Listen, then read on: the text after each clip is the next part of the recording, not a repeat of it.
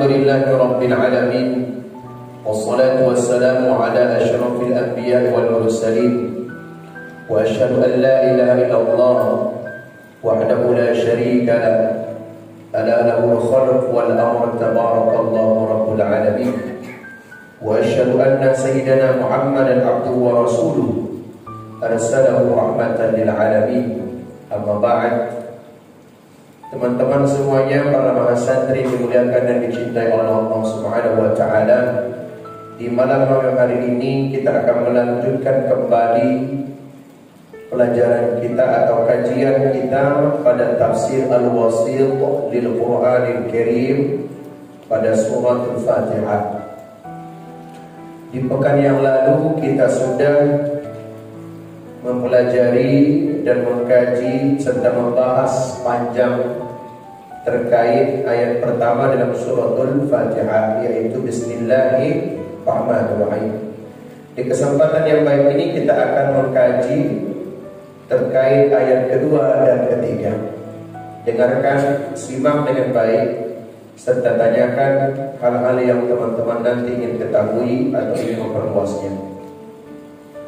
Alhamdulillahi Rabbil Alamin Ar-Rahmanir Rahim. Alhamdu والثناء باللسان على الجميل الصادر على الاختيار بالنعمة أو غيرها. Lafaz alhamdu itu adalah pujian terbaik yang diucapkan oleh lisan kita, yang bersumber dari hati dan pilihan hati kita untuk mengungkapkan karena adanya nikmat yang kita peroleh. Jadi kalau kita memperoleh nikmat, tentu hati kita harus mengakui bahwa nikmat itu menggembirakan kita. Maka tanda gembiranya kita pada saat itu dengan mengucapkan alhamdulillah. Nah, itu alhamdulillah adalah as-sana. Rabbul Alamin ini terdiri dari dua kata, Rabbun dan Al-Alamin. Rabbun itu artinya Tuhan, sementara Alamin artinya semesta alam. Apa perbedaan antara lillah atau Allah dengan Rabbun? Rabbun itu banyak, sementara Allah itu adalah satu di antara Rabb yang banyak itu. Maka setiap yang Rabb belum tentu Allah, tapi kalau disebut kata Allah pasti Tuhan kita. Ya. Nah, malikuhum id ar-rabbu masdar rabba yurabbi. Rabbun itu kata masdar dari asal kata rabba yurabbi. Rabba yurabbi itu artinya memelihara, merawat, menjaga. Jadi Tuhan itu sosok yang menjaga, Tuhan itu sosok yang merawat, memperhatikan. Itu Rabbun.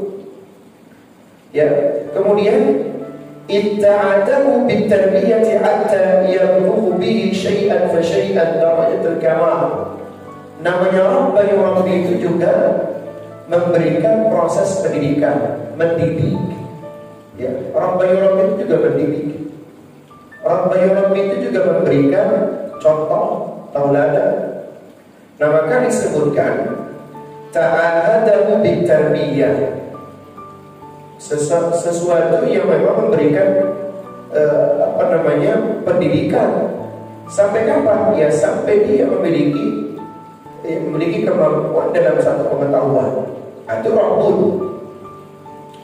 Teman-teman semuanya, bahkan kata Sayyid Muntawi, sampai dia mencapai kepada darajatul kamal. Darajatul kamal itu adalah derajat yang sempurna. Nah, kata Rabbun ini juga ismun min asma'illah. Rabbun itu juga adalah salah satu nama dari nama-nama Allah Subhanahu wa taala. Wala yutlaq ala ghairihi illa qayyad. Tentu tidak akan disebutkan kata Rabb kecuali karena ada kaitannya pada hal tertentu. Misal Rabbud Dar misalnya, Rabbul Rabbud dar. Apa artinya Rabbud dar? Berarti pemilik rumah, ya kan? Kemudian Rabbul bait, nah, misalnya, ya boleh jadi pemilik rumah. Bahkan boleh jadi disebut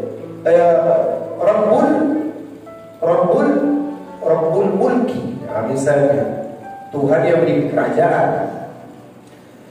Rabbun itu juga ya sirah, doy'ah, ay sa'ibuha wa malikuha. Rabbun itu bisa diartikan tuan rumah, Rabbul dar. Rabbul ma'ad berarti apa? Tuan pesantren, pemilik pesantren. Jadi kata Rabb itu banyak sekali artinya. Tidak hanya dimaknai sebagai kata Tuhan, tetapi Rabbun itu juga dimaknai sebagai makna yang bersifat konteks pendidikan. Menjaga, merawat, mendidik, pemilik, itu Rabbun. Wal alamin. Alam ini jamak dari alam. Jamak dari alam. Nah, wa huwa kullu mawjudin siwa Allah. Berarti maksudnya apa? Semua yang ada di muka bumi ini dan seluruh yang ada kecuali Allah. Ya, misal Allah, kita memiliki gelas, maka gelas ini semua milik kita. Ketika kita memiliki gelas ini, kan kita tidak mungkin berada di dalam gelas, betul kan? Kalau Allah pemilik semesta alam ini, apa iya Allah berada dalam semesta alam ini? Ciptaannya kok kecil sekali, betul kan? Berarti yang menciptakan mendapatkan tempat yang lebih istimewa. Masa sama dengan ciptaannya? Apa iya antara pencipta dengan yang dicipta sama? Tidak mungkin. Nah, teman-teman semuanya, alamin ini, alamin berarti jamak apa? Mudzakkar salim. Jamak mudzakkar salim berarti banyak. Alamin berarti seluruhnya, seluruh alam semesta tanpa terkecuali. Pemiliknya adalah Allah Subhanahu wa ta'ala. Qala Al-Qurtubi, Imam Al-Qurtubi beliau mengatakan, huwa ma'khudun min al-ilmi wal 'alama li'annahu yadullu 'ala mawjudin wa qila al-muradu bil 'alamin ulul ilmi min al-insi wal jinni wal malaikah. Insyaallah disebut alamin itu karena menguasai, kekuasaan yang meliputi alam jin, alam manusia, dan alam malaikat. Paham ya? Disebut alamin, semesta alam, itu karena Tuhan ini kekuasaan yang meliputi alam jin, meliputi alam manusia dan alam seluruh malaikat. Artinya tidak tanggung-tanggung kekuasaan Allah ini. Wa laqad iftataha surah Al-Fatihah bihadhihi al-jumlah al-karimah alhamdulillahi rabbil alamin li'annahu subhanahu wa ta'ala awwal kulli syai' wa akhir kulli syai'. Kenapa? Setelah kita mengungkapkan Bismillahirrahmanirrahim, ya, awal pada surah Al-Fatihah itu Alhamdulillahirabbil alamin. Karena yang harus diingat adalah karena Allah lah yang memberikan kepada kita kesempatan pada permulaan dan kesempatan sampai pada akhir. Maka kalau kita diberikan satu kesempatan mulai dari pangkal sampai ke ujung, apa kalimat yang paling pantas kita ucapkan? Alhamdulillahirabbil. Ketika kita ucapkan kata Alhamdulillahirabbil alamin, sebenarnya apa yang sedang kita ucapkan? Pengakuan rasa syukur. Dari mana? As-sadiq al-amiq, dari hati yang paling dalam. Wal ma'na itu artinya kalimat alhamdulillahi rabbil alamin. Kama qala Ibnu Jarir, sebagaimana Sayyid Tantawi mengutip perkataannya Ibnu Jarir. Siapa? Ibnu Jarir. Ini mufassir juga. Beliau bilang apa? Asyukru khalisan lillah. Orang yang mengucapkan kalimat alhamdulillahi rabbil alamin adalah sebagai ungkapan rasa syukur yang tulus kepada Allah Jalla sana duna sa'il ma ya'budu min dunih wa duna kullu ma ba'a min khalqih bima an'ama ala ibadihi min an-ni'am allati la yuhsiha al-'adad. Kalau kita ingin menghitung nikmat Allah itu, kira-kira bisa enggak? Sulit. Jangankan itu, menghitung kesehatan kita saja itu sudah berat. Itu artinya tidak ada yang pantas kita melafazkan dari lisan kita, kata Ibnu Jarir, kecuali rasa syukur yang paling tulus kepada Allah Subhanahu wa taala. Coba perhatikan hal kecil saja. Kalau antum melihat misalnya di ilmu kedokteran gitu ya, melihat tubuh kita penuh dengan urat-urat saraf yang ke otak, ke jantung itu ribuan, ya kan? Kecil-kecil lagi, nyambung ini satu-satu, dan fungsinya setiap satu itu ada. Putus sedikit aja, problem, betul nggak? Apa yang bisa kita ungkapkan? Ibarat kabel, diri kita ini penuh dengan kabel yang Allah ciptakan, dan hanya Allah yang paling paten membuat dan menyempurnakan itu. Lafaz apa yang paling pantas kecuali alhamdulillah. Itu. Nah, maka teman-teman semuanya, ini gak akan an-ni'am allati la yuhsiha al-'adad. Nikmat yang tidak bisa kita hitung-hitung jumlahnya. Ya, kita gak ada kata lain kecuali alhamdulillahi rabbil alamin. Wa la yuhitu bi'adadiha ghairu ahad fi tas'il al-alati li ta'atihi wa tamkin jawari ajsam al-mukallifin li ada'i fara'idi ma'a ma basaqa lahum fi dunyahum 'ala ar-rizqi wa ghadahum bihi min na'im al-'aish 'an ghairi istihqaqi lahum 'alayhi. Teman-teman, ketika kita diberikan oleh Allah kemampuan bergerak, ini adalah ungkapan rasa syukur kita. Harus kita syukuri. Kemampuan kita untuk bisa beribadah, itu pun harus disyukuri. Bukan hanya nikmat makan dan minum al-ghadha dan nikmat hidup yang harus disyukuri, tapi nikmat mampu bergerak, nikmat bisa sholat, nikmat bisa sujud, nikmat bisa rukuk, nikmat mulut kita bisa mengucapkan lafaz Allah. Ini pun mesti disyukuri. Artinya jangan terlalu sempit memaknai nikmat itu hanya pada sesuatu yang dimakan dan yang diminum atau yang sedang dirasakan. Tapi kemampuan berdiri, bergerak, sholat, rukuk, sujud, melafazkan, mulut kita tidak kaku, terlebih bisa belajar begini, ini nikmat yang tidak akan pernah bisa terhitung. Betul? Ibnu Jarir juga mengungkapkan, wa ma'ama nabbahum alaihi wa ta'abu ilaihi. Kita mampu berdoa aja, kita mesti mensyukuri kemampuan kita bisa berdoa. Kenapa? Karena bisa berdoa itu adalah karena kudratnya Allah. Karena Allah mengizinkan kita mampu berdoa. Tapi terkadang banyak sekali di antara kita justru mau mengucapkan rasa syukur ketika ia dikabulkan doanya, ya kan?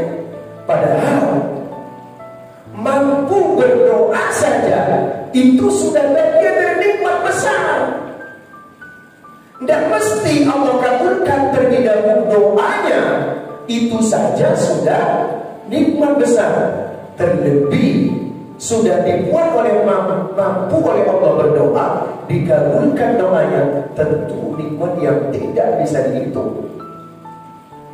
Maka teman-teman semuanya, ketika ada seseorang misalnya ditanya kepada kita, kenapa kau berdoa? Doaku juga gak dikabulkan. Tidak apa-apa, karena doa itu tujuannya bukan mesti harus dikabulkan terus. Doa itu juga ada ibadah. Doa itu dengan sendirinya juga ibadah. Artinya mengucapkan rasa syukur kepada Allah Subhanahu wa taala, walaupun tidak terasa dapat uang, tidak terasa dapat makanan dan minuman, punya kemampuan mengucapkan lafaz alhamdulillah saja harus alhamdulillah. Mafhum? Nah itu. فالآية الكريمة قد قررت بصراحة ووضوح ثبوت الثناء المطلق الذي لا يحد لله، وإنه ليس لأحد أن ينازع إياه سبحانه هو رب العالمين. Ayat yang mulia ini, alhamdulillahi rabbil alamin, itu jelas, tegas bahwa siapapun yang mengucapkan alhamdulillahi rabbil alamin, ini adalah rasa syukur tanpa batas kepada Allah Subhanahu wa taala. Maka dalam kondisi apapun, sulit, berat, senang, dapat rezeki atau tidak, semua itu sebenarnya sedang dalam keadaan nikmat. Maka sakit itu juga nikmat, sehat itu juga nikmat. Maka kalau sakit itu juga nikmat dan sehat itu juga nikmat, kenapa harus pada nikmat yang sehat saja diucapkan alhamdulillah? Yang sakit bagaimana? Itu juga nikmat. Maka pada saat sakit, terasa sakit, juga harus melafalkan alhamdulillahi rabbil alamin. Itu jumlah alhamdulillah mufidatun liqasril hamdi alaihi. Kata alhamdulillah ini menunjukkan adanya qasar kepada lafaz alhamdulillah, rasa syukur kepadanya subhanahu wa ta'ala. Nahwa qaulihim al-karam fil Arab, misalnya ada orang yang dermawan di Arab. Orang dermawan di Arab ini kan singkatan. Siapa orangnya? Kepada siapa yang dimaksud? Kama anna fi alhamdulillah al-istighraq al-jam'u adnas alhamdulillah thabitatun lillahi rabbil alamin. Setiap kita melafazkan kata alhamdulillah saat dapat nikmat misalnya, berarti orang itu disebut orang yang ingat Allah. Dia makan, minum, kondisi apa aja lah, berarti namanya dia ingat Allah. Makin dia ingat Allah dengan alhamdulillahnya, maka artinya dia bersyukur pada Allah. Ingat dalam surat Ibrahim dikatakan, ya, wa in ta'azzana rabbukum la in syakartum la azidannakum wa la in kafartum inna 'adzabi lasyadid. Siapa, dan ingatlah tatkala ketika engkau bersyukur kepada Allah, maka Allah Subhanahu wa taala akan menambah nikmat. Pertanyaannya, gimana caranya supaya nikmat ini ditambahin? Perbanyak mengucapkan kata alhamdulillah. Alhamdulillah ya rabbil alamin. Dengar kabar baik, alhamdulillah ya rabbil alamin. Kenapa? Insyaallah pasti ada nikmat baiknya. Apapun, alhamdulillah. Nah, i'lam anna al-madha a'ammu min al-hamdi. Ada kata-kata hamdu, ada kata-kata madah. Madhu dengan hamdu, dua-duanya artinya sama-sama memuji. Tapi ketahuilah, kata Sayyid Qantawi, kata madah, al-madhu itu lebih umum daripada al-hamdu. A'ammu minal hamdi. Berarti mana yang lebih spesifik? alhamdulillah. Itulah sebabnya ayat ini tidak dimulai begini, al-mad'u lillahi rabbil alamin. Enggak dimulai dengan itu, tapi dimulai dengan alhamdulillah, bukan al-mad'u lillahi rabbil alamin. Kenapa? Karena kata alhamdulillah itu jauh lebih spesifik rasa syukurnya atas segala nikmat. Kalau al-madah tidak, justru kalau al-madah itu alhamdulillah itu hanya pada saat kadang-kadang yang baik, dapat roti baru dia al-madah, dipuji. Lagi buruk nggak dipuji. Lagi sehat al-madah. Kenapa? Dia memuji saat sehat. Loh, lalu saat sakit enggak. Tapi alhamdulillah, mau kondisi sehat maupun sakit tetap alhamdulillah. Mau kondisi yang ada dengan tidak ada, alhamdulillah. Dapat sedikit ataupun dapat banyak, alhamdulillahirabbil alamin.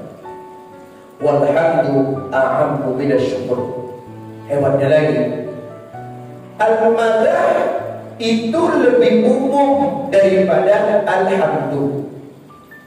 Dan alhamdulillah rupanya itu lebih umum lagi kata ini daripada rasa syukur. Nah, amma bayan anna al-madha a'am min al-hamdi, adapun penjelasannya bahwa al-madha itu lebih umum daripada kata alhamdulillah, fali anna al-madh yahsul lil 'aqil wa ghairil 'aqil. Karena kalau madah ini ya siapapun bisa melakukannya, yang punya akal maupun yang tidak punya akal, sama-sama bersyukur. Yang punya akal siapa? Manusia. Binatang punya akal enggak? Tidak punya akal. Kira-kira kalau binatang dapat makanan, dia bisa bersyukur kan? Setidaknya dia masih punya rasa al-madh, rasa terima kasih syukurnya. Kenapa dapat makan? Nah, artinya kata al-madh ini umum. Mau yang berakal, yang tidak berakal pasti merasa terpuji rasanya ketika mendapatkan apa yang dibutuhkan. Termasuk binatang juga demikian. Paham? Ala tara annahu kama yuhsin madhu ar-rajul al-'aqil 'ala anwa'i qada'i, fakadzalika qad yabda'u al-lu'lu' li husni shaklihi. Ada seseorang yang memuji mutiara karena keindahannya. Memuji mutiara karena keindahannya. Ada orang ketika kurang indah dia tak puji. Itu alhamdulillah. Al-madhu ya al-madhu. Kama a'ma al-'abdu fa innahu la yahsulu lil fa'il al-mukhtar 'ala ma yasdaru minhu min al-id'am wal ihsan, fa sabata anna al-madh a'ammu min al-'abd. Sementara kalau lafaz 'abdu itu sesungguhnya dia tidak sampai kepada pekerjaannya yang terpilih dari nikmat atau kebaikan, maka kata madah itu dia lebih umum. Karena untuk makhluk mana saja ya pasti punya respon senang, memuji ketika mendapatkan sesuatu. Tapi kalau alhamdulillah, tentu ini dialamatkan kepada Allah oleh orang-orang yang beriman. Maka kalau boleh ditanya, kira-kira binatang itu ketika dapat makanan dia mengucapkan alhamdulillahirabbil alamin? Enggak. Karena itu orang beriman saja. Tapi dia memuji enggak di saat dia dapat? Dia senang mengungkapkan rasa. Itu namanya al-madh. Paham? Jadi siapapun makhluk yang di muka bumi ini, apapun, termasuk semut, kalau diberikan sesuatu yang dia senang, semua juga mengungkapkan respon baik dan senang. Wa amma bayan anna al-'amda a'ammu min asy-syukr. Sementara kenapa disebut kata alhamdu lebih umum daripada kalimat syukur? Fali'anna al-hamda ibarah an ta'zimil fa'il li ajli ma sadara anhu min al-in'am. Karena lafaz hamdu itu adalah sebuah ungkapan tentang pemuliaan terhadap sosok seseorang karena dia memperoleh nikmat. Ya, misal Irsyad kasih kepada Bang Zaidul uang 2.000 rupiah. Siapa pelakunya di sini? Pelaku pemberi. Pemberinya Irsyad. Maka yang menerimanya pasti mengucapkan alhamdulillah. Artinya respon alhamdulillah itu adalah sebagai bentuk rasa syukur. Sawa'un akana dzalika in'am wa aslan ilayhi am ila ghairi wa amma syukru fa huwa ibara an ta'zimihi li ajli in'am wasal ilayhi fa sabata bima dzakarna anna al-madh a'ammu min al-hamdi wa anna al-hamda a'ammu min asy-syukr. Rasa syukur itu begini teman-teman. Ketika seseorang diberikan makanan, seseorang itu pasti berkata alhamdulillah. Dia senang. Ketika dia mengucapkan alhamdulillahirabbil alamin, itu baru disebut alhamdulillah. Belum tentu disebut rasa syukur. Tapi ketika dia diberi sambil mengucapkan alhamdulillahirabbil alamin, lalu dia mengungkapkan ketaatannya kepada Allah, lalu dia mengungkapkan dalam bentuk ekspresi sujud yang lebih panjang, mengungkapkan dalam ekspresi bentuk yang menunjukkan dia sangat taat kepada Allah, akhlaknya yang baik, itu rasa syukur. Jadi syukur itu tidak hanya pada lisan, tapi tampak kepada perilaku. Mafhum? إذا عرف هذا فنقول إذا عرفت عن هذا فتقول إنما لم يقل المدح لله. Itulah sebabnya ayat ini tidak mengungkapkan kata al-madhu lillah, tapi alhamdulillah. Karena al-madhu mau yang berakal tidak berakal pasti responnya cepat senang. Tapi alhamdulillah mau baik atau buruk yang dia boleh, dia tak bersyukur. Tapi rasa syukur itu tidak hanya sebatas pada lisan, tapi diungkapkan, diekspresikan dalam bentuk ketaatan kepada Allah Subhanahu wa taala. Ikhwani wa akhwati fillah. Oleh sebab itu kata Rabbul Alamin. Rabbul Alamin ini Tuhan semesta alam. Kenapa kita menyebut di sini rasa syukur itu kepada Tuhan semesta alam? Karena ingat ketika disebut tadi Rabbul Alamin, al-alam itu penguasaan atau kekuasaan Allah itu meliputi jin, manusia, malaikat.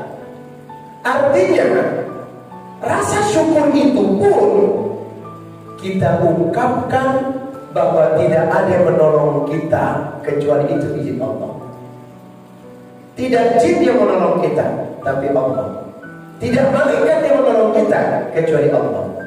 Kalaupun ada manusia yang menolong kita, orang ini adalah perantara kepada kita.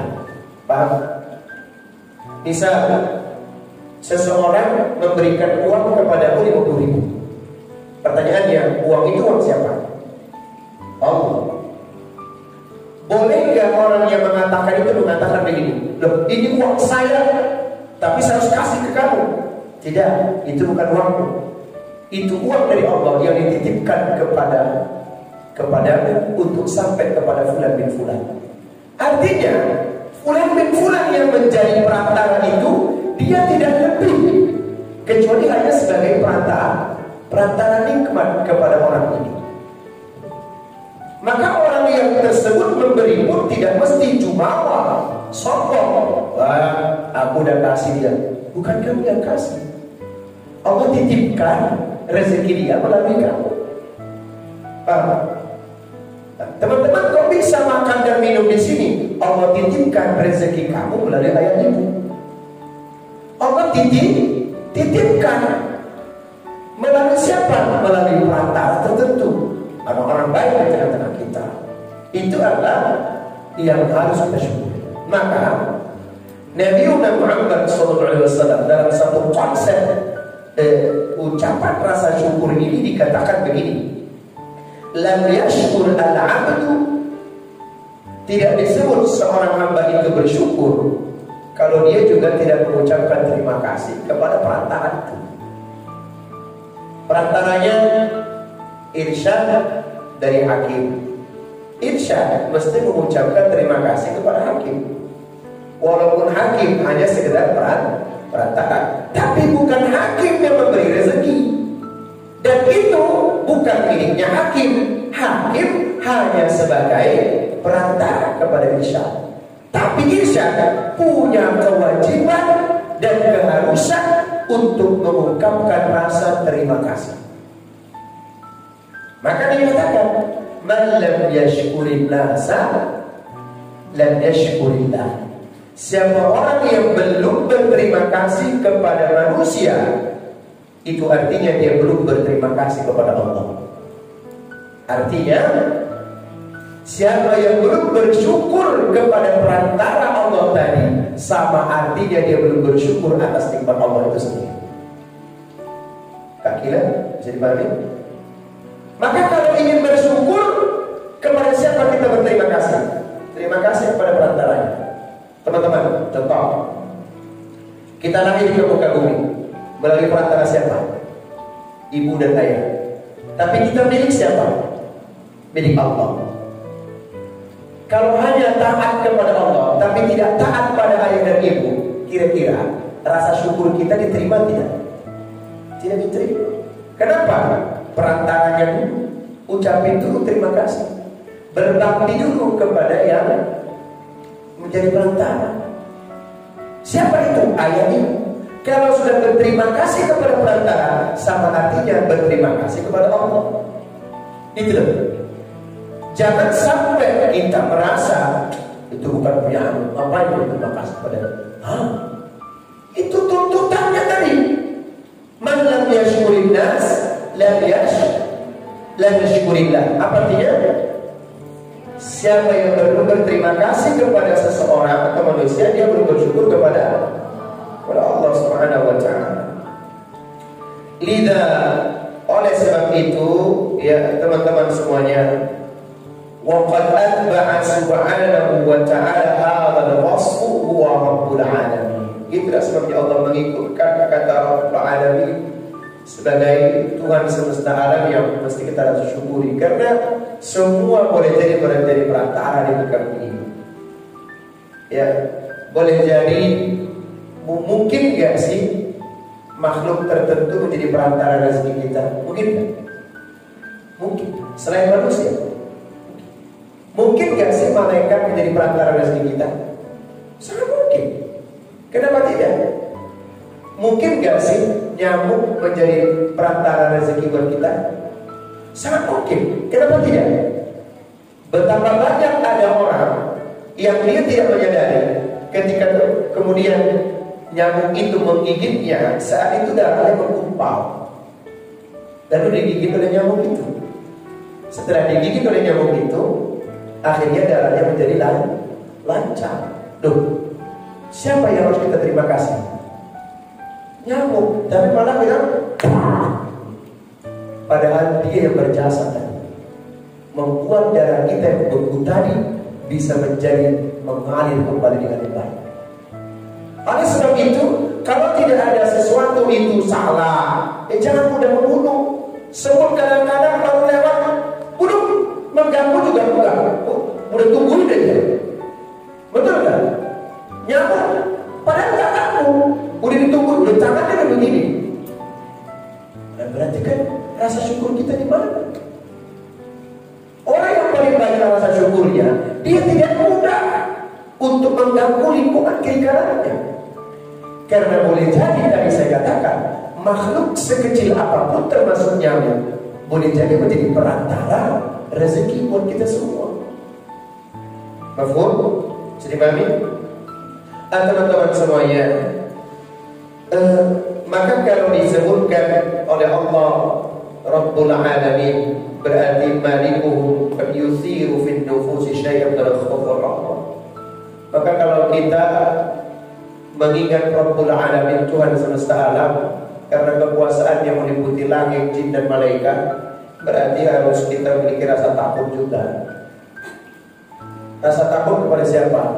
Kepada Allah. Maka sebenarnya orang yang mengungkapkan kata Alhamdulillahi Rabbil Alamin, dengan sendirinya dia telah mensyukuri nikmat, mengakui nikmat bahwa ini kemampuan dari Allah, dan dia takut menjadi orang sombong.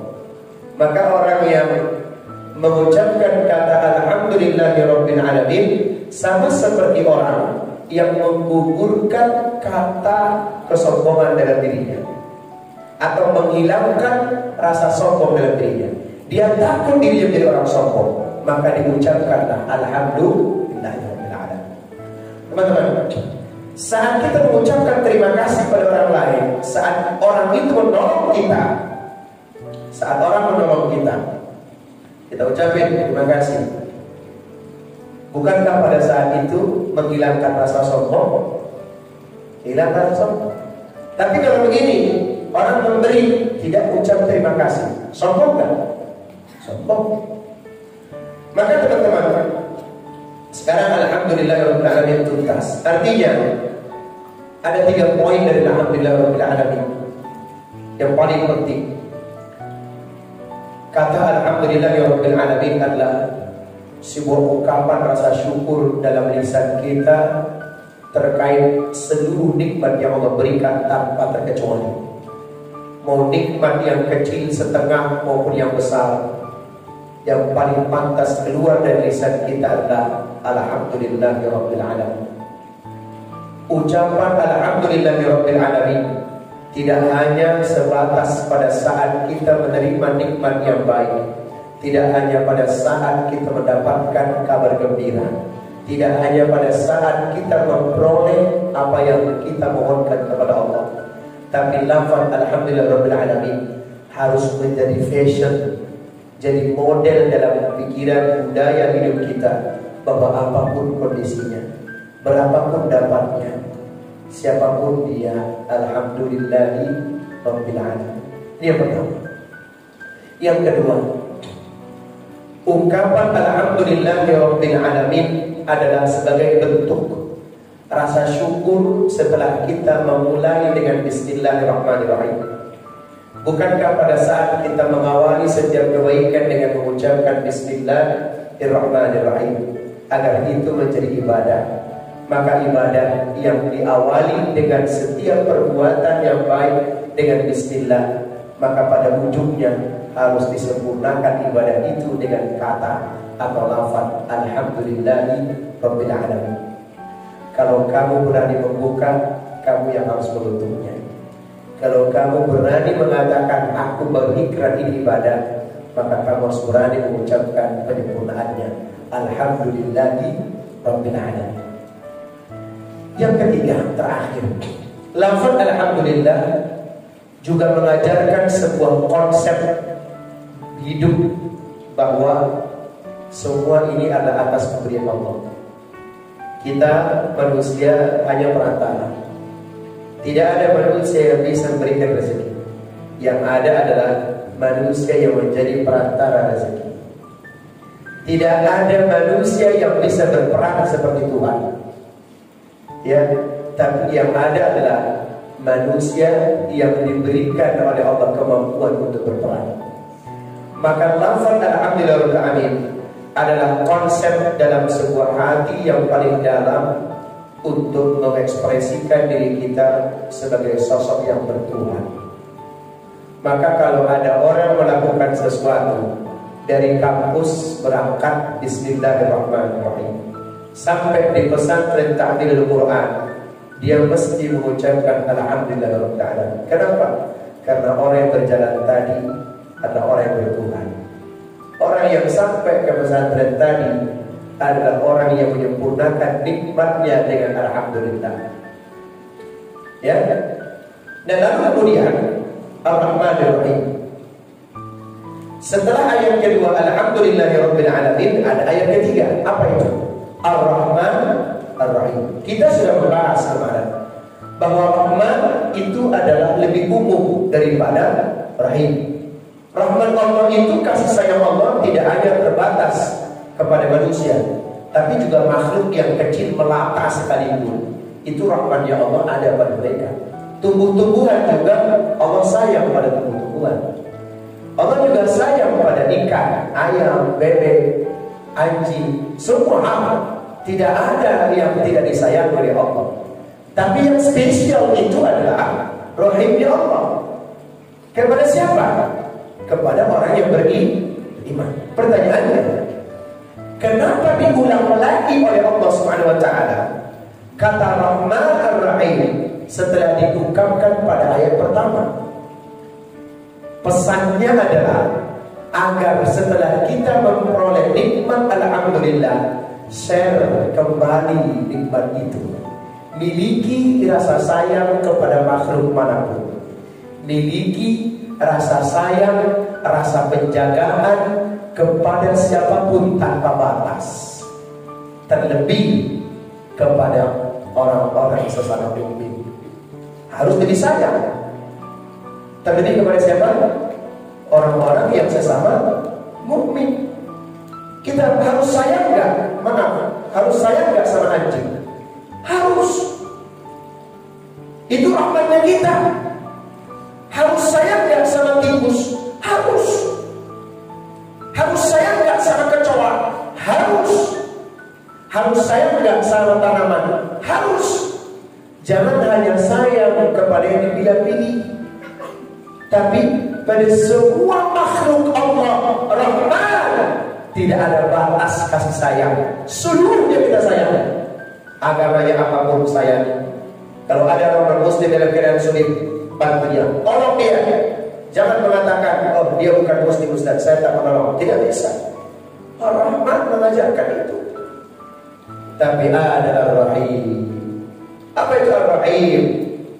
Rasulullah SAW beliau pernah bersabda, al-mu'minu, ya, orang mukmin itu kan bunyan, bagaikan satu bangunan. Yashuddu ba'duhu ba'dha. Antara mukmin yang satu dengan mukmin yang lainnya itu saling menguatkan. Itu yang spesial. Yang spesial mukmin dengan mukmin. Bahkan dikatakan, tidaklah seseorang disebut beriman sampai dia mencintai saudaranya sebagaimana dia mencintai dirinya sendiri yang seiman. Kalau kamu sayang kepada diri kamu sendiri, maka kamu juga sayang kepada saudara kamu. Maka tidak boleh ada kakak-kakak kuliahan yang membuli adik-adiknya yang SMP. Kenapa? Mesti lebih sayang. Kenapa mesti harus lebih sayang? Karena ini bukti keimanan. Kenapa kita harus sayang kepada anak kecil? Padahal dia bukan bagian dari saudara kita, bukan keluarga kita juga, tidak ada satu darah juga. Tapi karena dia mukmin, dia muslim, kita juga. Maka sayangi dia sebagaimana kita menyayangi diri kita sendiri. Kalau kamu ingin melukai seseorang, menyentil, misalnya gini, gitu, sakit. Coba pertanyaannya, kamu mau nggak diginikan? Tentu tidak mau. Artinya orang yang sayang itu dia tidak akan melukai saudara. Tapi kalau dia melukai orang lain, adanya, menyakiti hatinya, pikirannya, bahkan membuat semangatnya down akibat ucapannya, hati-hati. Ini adalah orang yang tidak punya sifat Rahman dan Rahim. Mafhum? Maka teman-teman semua yang dimuliakan Allah Subhanahu wa ta'ala, la syakka, maka dia diragukan lagi, anna fi hadzal ifham ta'ridan lahu 'ala 'abdihi wa 'ibadatihi bi qulubin mutmainnah. Mestinya orang-orang yang beriman itu ketika punya sifat Rahman dan Rahim, hatinya lebih tenang. Kenapa lebih tenang? Hati kamu akan lebih tenang kalau ada di sekeliling orang-orang beriman. Kenapa? Karena orang-orang beriman itu tidak mengganggu. Kalau dia mengganggu kamu, jelas dia bukan orang beriman. Paham? Di mana kita paling tenang hidupnya? Di mana kita tidak kelaparan? Ketika berada di tengah-tengah orang beriman. Di tengah-tengah orang beriman lah aib kita tidak dibuka. Di tengah-tengah orang beriman pula kita tidak akan kelaparan. Di tengah-tengah orang beriman pula kita tidak akan dibiarkan sulit sendiri. Di tengah orang-orang beriman pula kita tidak akan dibiarkan jatuh sendiri. Nah, maka kalau kita ingin disebut sebagai orang beriman, sebagai rasa syukur kepada Allah kita beriman, maka jangan biarkan saudara kita terjatuh, jangan biarkan saudara kita dalam keadaan kelaparan, jangan biarkan saudara kita dalam keadaan kesulitan. Buat hati mereka tenang. Maka terakhir dikatakan, al-mu'min idza kana lahu min sifatir rahmanir rahim. Seorang mukmin yang punya sifat Rahman dan Rahim dalam hatinya, yaj'al, dia menjadikan ghairahu mutmainnah. Dia menjadikan orang-orang sekitarnya menjadi lebih tenang karena keberadaannya. Ya, jadi lebih tenang. Jangan sampai keberadaan kita tidak membuat orang lain tenang, berarti kita bukan orang beriman. Hakadha wa da'watun lahum ila an yuqimu hayatahum 'ala rahmah wal ihsan. Ini juga adalah panggilan kepada setiap kita agar kita menegakkan dalam kehidupan ini bentuk rahmah, bentuk kasih sayang dan bentuk perbuatan yang baik. La 'alal jabarut wa tughyan farrahimuna yarhamuhur rahmah. Jangan kita berbuat baik karena terpaksaan. Jangan juga berbuat baik karena ada kepentingan kekuasaan. Tapi jadikan berbuat baik dan saling menyayangi itu adalah sebagai sebuah keuntungan. Lalu apa kata Sayyidul Tawi? Dalam hadis juga disebutkan, ar-rahimuna yarhamuhumur rahman. Orang-orang yang selalu sayang kepada orang lain akan selalu disayang oleh Yang Maha Penyayang. Bagaimana? Orang-orang yang sayang kepada orang lain, maka dia akan disayang oleh Yang Maha Penyayang. Sebaliknya, orang-orang yang membenci orang lain akan dibenci oleh Yang Maha Pendendam. Ingat, Allah juga Maha Pendendam. Apa bunyi ayat? Bunyi Asmaul Husna-nya bahwa Allah itu pendendam. Apa? Al-Muttaqin. Al-Muttaqin. Al-Muttaqin itu pendendam. Allah juga pendendam. Allah benci kepada orang yang membenci saudaranya. Maka Allah akan sayang selama orang itu sayang kepada saudaranya. Yang Maha Pendendam juga benci dan dendam kepada orang yang membenci. Maka kalau ingin disayang oleh Yang Maha Penyayang, ya sayangi juga. Itu artinya, kalaupun engkau berbuat baik, tak perlu ditunggu balasan apa yang dapat dari orang ini. Setidaknya engkau berbuat baik akan mengundang rasa sayang dari Allah Subhanahu wa Ta'ala. Teman-teman, kesimpulan besar dari apa yang saya sampaikan tadi adalah menjadi orang yang bersyukur juga tidak gampang. Menjadi pribadi yang bersyukur membutuhkan ketaatan besar di hadapan Allah SWT. Menjadi pribadi yang bersyukur kepada Allah SWT terkadang lebih mudah diucapkan dalam lisan, tapi sulit dalam prakteknya. Semua kita nyaris tahu bahwa bersyukur itu adalah bagian dari ibadah. Semua kita juga nyaris tahu, semua orang juga nyaris tahu bahwa bersyukur itu akan menambah nikmat. Tapi tidak setiap orang mampu untuk bisa bersyukur. Padahal dia tahu bahwa dengan bersyukur akan menambah nikmat. Demikian dan terima kasih kawan-kawan semuanya. Itulah kajian kita tadi pada dua ayat, Ar-Rahman dan Ar-Rahim dan Maliki Yaumiddin dan Alhamdulillahirabbil alamin. Aqulu qouli hadza wa astaghfirullah li wa lakum. Demikian dan terima kasih. Assalamualaikum warahmatullahi wabarakatuh.